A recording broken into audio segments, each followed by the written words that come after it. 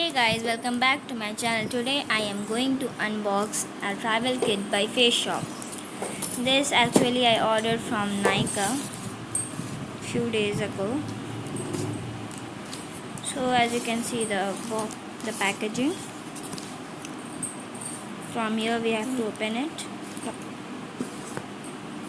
I will open it with the scissors. So this is the things that are provided by the kit, means Face Shop. But this time I've got the green tea mask. Actually two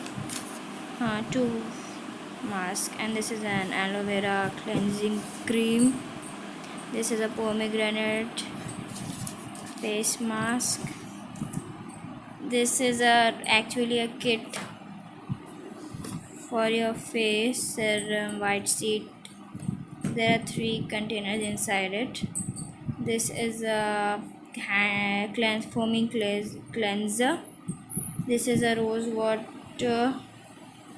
It is made up of rose water. It is also cream, hand cream, and this is the things that were inside it. So in this it is written, I don't share things inside this bag. So if you like my video, please like, share and subscribe to my channel Tali Creations. Okay, bye.